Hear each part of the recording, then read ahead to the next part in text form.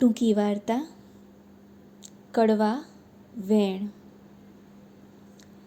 એક નદીના કિનારે બે વૃક્ષો હતા. વરસાદમાં બે પંખીઓ ઉડતા ઉડતા આવે છે અને પેલા વૃક્ષ પાસે જાય છે અને કહે છે કે અમે તમારી ડાળી પર માળો બાંધવા માંગીએ છીએ.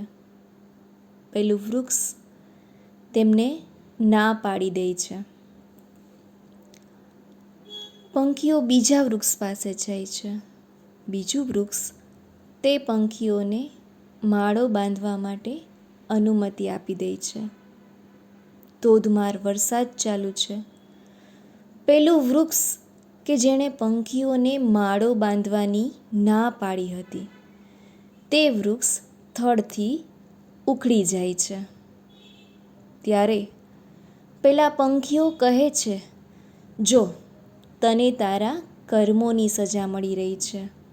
તે અમને આશરો આપવાની ના પાડી હતી ને, એટલે જ તારી આવી દશા થઈ છે.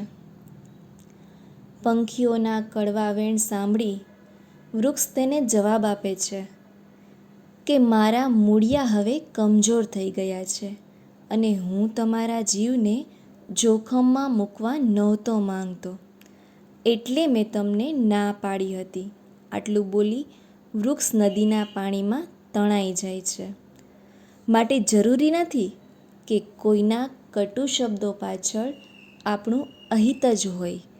કેટલાક કડવા વેણ આપણા હિત માટે પણ હોય છે.